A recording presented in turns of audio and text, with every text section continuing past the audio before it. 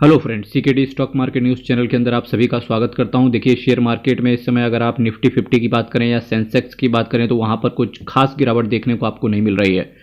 पर जो आपके पास म्यूचुअल फंड हैं वो डेफिनेटली गिर रहे होंगे। म्यूचुअल फंड में अगर हम 10-15 दिन पहले की बात करें तो बहुत अच्छा रिटर्न होगा। अभी ऑलमोस्ट अपने आपके रिटर्न से 10-15% नीचे खिसक गए होंगे। आप देख रहे होंगे कि आज ये क्या चल रहा है शेयर मार्केट के अंदर। मेरे भाई देखिए, जब शेयर मार्केट बहुत तेजी से ऊपर जा रहा था तो कहीं ना कहीं आप लोग के एक अच्छा रिटर्न, एक बहुत मल्टीबैगर टाइप के रिटर्न को पाने के लिए उत्साहित थे। इसी वजह से आपने स्मॉल कैप और मिड कैप के अंदर बहुत तगड़ा स्टेक डाला। जी हाँ, स्टेक डालना बेकार नहीं था, क्योंकि आपको लॉन्ग टर्म में कहीं ना कहीं जो रिटर्न है वो मिड कैप और स्मॉल कैप से ही अच्छा देखने को मिलेगा as compare to large cap and flexi cap या मल्टी कैप। ठीक है, तो अब यही वो वक्त है जब आपकी शेयर मार्केट एक्चुअली में परीक्षा ले रहा है कि भाई आप टिक सकते हो कि नहीं टिक सकते हो। देखिए, ball is always on your goals. ठीक है, बॉल हमेशा आपके पास है। दैट मीन्स कि आपका पैसा है, आपका म्यूचुअल फंड है। आप चाहे तो बेचें, आप चाहे तो रखें, आप चाहे तो प्रॉफिट बुक करें या आप चाहे तो प्रॉफिट बुक ना करें।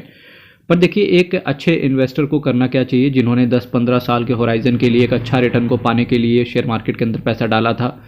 ठीक है, तो उन लोगों को सिर्फ एक काम करना चाहिए कि ऐसे वक्त पर एटलीस्ट अपनी एसआईपी को बंद नहीं करना चाहिए। अगर उनके पास पैसा है या लमसम करने के लिए पैसे का इंतजार कर रहे थे या टाइम का इंतजार कर रहे थे तो डेफिनेटली शायद यही सही समय है जब आपको पैसे डालना चाहिए। पैसे कब तक डालना चाहिए, ऐसा माना जा रहा है, मार्केट के दिग्गज भी ऐसा बोल रहे हैं कि 31 मार्च तक शेयर मार्केट के अंदर काफ़ी हद तक गिरावट आपको देखने को मिल सकती है। तो आपको क्या करना है, 31 मार्च को ही पैसा डालना है कि धीरे धीरे करके पैसा डालना है।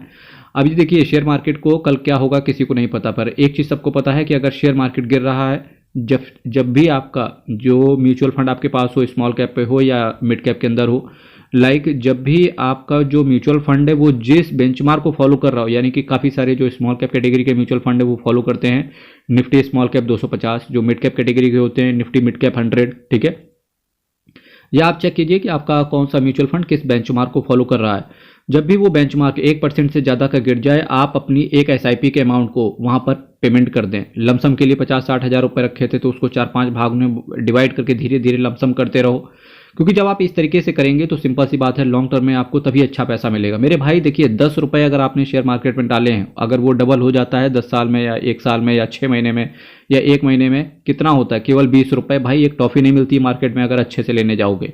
पर वही अगर शेयर मार्केट में 10 लाख रुपए आपका पड़ा होगा, अगर वो डबल होता है, चाहे वो 10 साल में डबल हो, 5 साल में डबल हो, 6 महीने में डबल हो, 2 दिन में डबल हो, 20 साल में डबल हो, पर एटलीस्ट वो 10 लाख आपका जब 20 लाख बनता है तो वो दिखता है।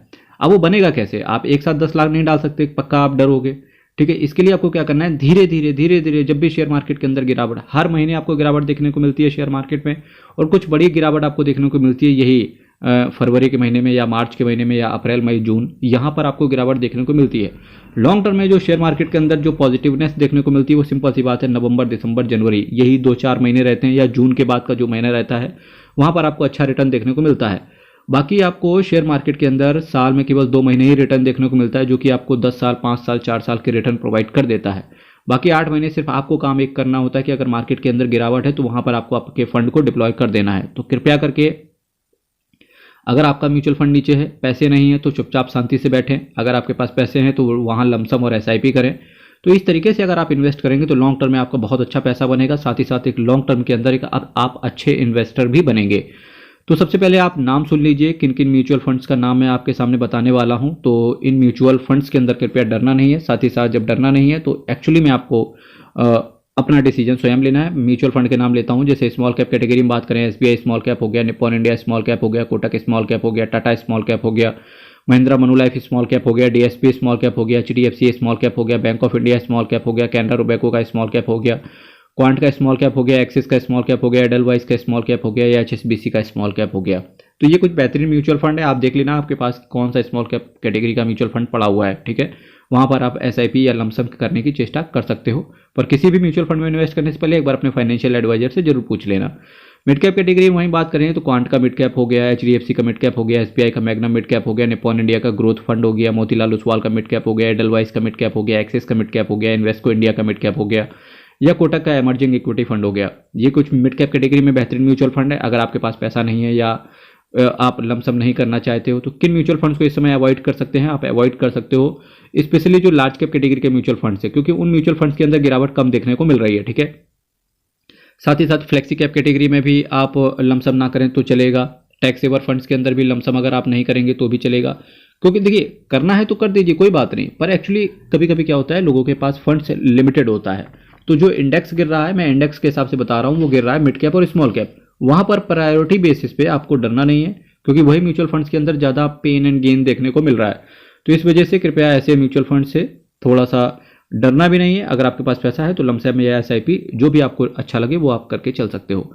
साथ ही साथ एक चीज़ पर आप और ज्ञान और फोकस करके चलना, जैसे पीएसयू कैटेगरी के म्यूचुअल फंड्स के अंदर बहुत ज़्यादा इन्वेस्टर्स को बढ़त देखने को मिल रही थी, तो इसकी वजह से काफ़ी सारे इन्वेस्टर्स ने पीएसयू की तरफ रुझान अपना किया। तो पीएसयू के अंदर भी अगर आप चाहें तो लमसम और एसआईपी कर सकते हो, क्योंकि अगर सेम गवर्नमेंट दोबारा आती तो डेफिनेटली उसका पूरा जोर रहेगा कि पीएसयू सेक्टर को और ज़्यादा स्ट्रांग बनाया जाए। अगर ऐसा स्ट्रांग बनता है तो डेफिनेटली पीएसयू सेक्टर आने वाले समय में बहुत अच्छा काम कर सकते हैं। तो आप इस स्ट्रेटेजी के साथ शेयर मार्केट के अंदर इन्वेस्ट करें। देखिए Nippon India small cap one of the best mutual fund में से एक रहा। 46,044 करोड़ का असेट साइज है, 0.67% का एक छोटा सा एक्सपेंस रेशियो भी है, 1146% का ये इन्होंने पिछले 10 सालों में रिटर्न भी बना के दिया है। फंड मैनेजर्स भी बेहतरीन है, इसी हिसाब से क्वांट के स्मॉल कैप भी अच्छा है, एसबीआई का स्मॉल कैप भी अच्छा था। तो ये कुछ बेहतरीन म्यूचुअल फंड है जहां पर आपकी नज़र होनी चाहिए। और अल्टीमेटली केवल एक चीज़ आपसे कहना चाहूँगा कि भाई शेयर मार्केट की गिरावट से आपको डरना नहीं है। पैसे हैं तो लमसम कीजिए, नहीं पैसे हैं तो शांति से बैठिए, डरना नहीं है, ठीक है। चलिए कल फिर आपके साथ मिलेंगे, same time same channel, but कुछ नए म्यूचुअल फंड्स के साथ। तब तक के लिए यहीं विदा दीजिए। बहुत बहुत धन्यवाद।